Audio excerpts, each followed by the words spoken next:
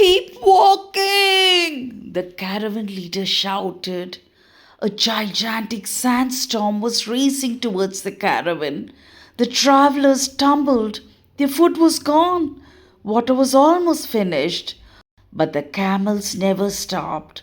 Anta watched in amazement. Will the caravan reach the oasis? Let's find out. A little earlier, Anta was at the village fair when a dusty camel caravan arrived from the great desert. The tired travelers climbed down and hugged their camels. One elderly traveler smiled and said, "They are the ships of the desert." Anta looked at the camel and wondered, "Camels are ships of the desert?"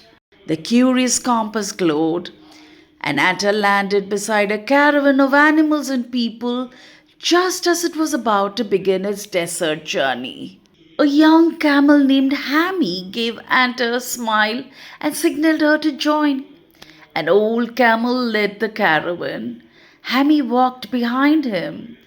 "Stay close," the old camel said kindly. Soon Anta's feet sank into the soft sand. "Oh no, I can't move." She noticed Hammy walking easily. The old camel smiled and pointed to his feet. "Our wide, padded feet spread our weight. That's why we don't sink." Anta laughed. "It's like wearing giant shoes," as she jumped onto Hammy's back. Suddenly, a fierce sandstorm swept across the desert. Anta squeezed her eyes shut. "I can't see. I can't see where we are going." The old camel calmly blinked.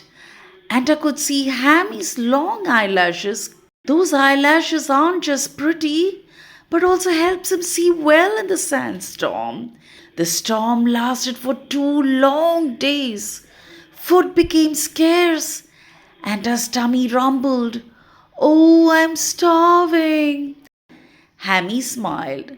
When the storm finally ended, Anta noticed something very different with Hammy's hump. "Hammy, what happened to your hump? It just shrunk."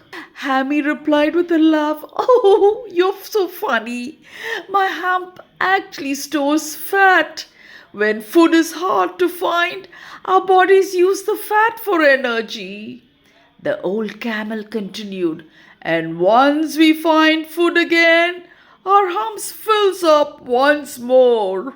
"That's amazing. So your hump doesn't carry water? It's an emergency food store." Anta looked at all the camels. She now knew how camels survived in the hot desert. The curious compass glowed, and Anta landed back in the village fair. She watched children happily riding the gentle camels. This time she smiled. "Now I know why you're called the ship of the desert. You carry safely people across endless sand." The camel bowed his head proudly and let out a cheerful "roar." Anta laughed. "What an amazing animal and what an amazing journey."